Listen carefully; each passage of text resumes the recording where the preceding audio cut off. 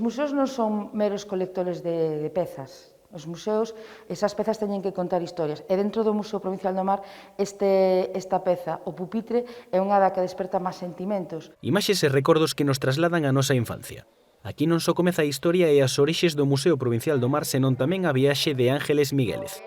9 son os anos que leva traballando neste museo e demostrando que a súa discapacidade visual non supón ningún escollo para cumprir os seus soños. Hoxe por iso estou totalmente integrada nesta comunidade e eu penso que contribuín á normalidade, a que a xente que nos rodea nesta pequena comunidade vise que é posible que unha persoa cunha discapacidade, neste caso visual, poida desenvolver o seu traballo profesional, poida desenvolverse na súa vida personal. Ángeles deixou Lugo para comezar no 2011 unha nova vida na vila mariñeira de San Cibrao. Ilusión e moito traballo non faltaron para converter en algo do máis normal o que anos atrás parecía inaccesible. Eu son unha persoa con discapacidade visual, eu son cega, e neste museo, esta parte, o arquivo fotográfico, e cando eu viñen a traballar aquí, eu dicíalle á xerente, a Encarnalago, dicíalle, eu esta parte a xente que a vexe, o que lles vou explicar, eu non vexo. Ángeles déixanos claro que as imaxes están na nosa cabeza e no noso corazón.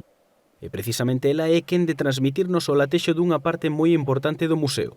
Un arquivo fotográfico no que experimentou un enorme crecemento persoal a través do proxecto Fotografía a Cegas. Gracias á xerencia, levouse a cabo un proxecto que foi Fotografía a Cegas, e gracias a ese proxecto que foi Fotografía a Cegas foi como eu tamén fun capaz de derribar esa barreira mental que eu mesma tiña, e como pasou o mundo visual a non ser un mundo inaccesible para min, sino con adaptacións, con axudas e cos medios que fosen precisos, pois convertilo nunha parte máis do museo e nunha parte máis do meu traballo.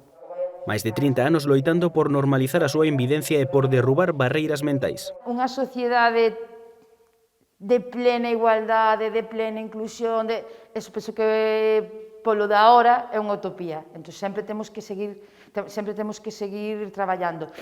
Pero nestes tempos, o dito, hai que seguir traballando para seguir adiante, pero tamén hai que seguir traballando para non dar pasos para atrás.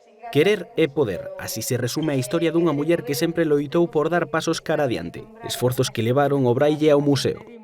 Esforzos tamén para estudar e memorizar coa axuda da súa compañeira Amelia o que hai en cada rincón do museo. Pouco a pouco vas aprendendo a recoñecer, por exemplo, precisamente nesa zona onde está colgada a tartaruga, hai unha morena e unha barracuda, e a xente señalache, e isto que é? E tú xa dices, a que lle quedan só as espiñas ou a outra? A das espiñas, pois a das espiñas é unha barracuda e a outra é unha morena. Accesibilidade, inclusión, diversidade e igualdade. Piares que Ángeles e a rede museística representan a perfección día tras día, un espello para que todos e todas poidamos ter as mesmas posibilidades.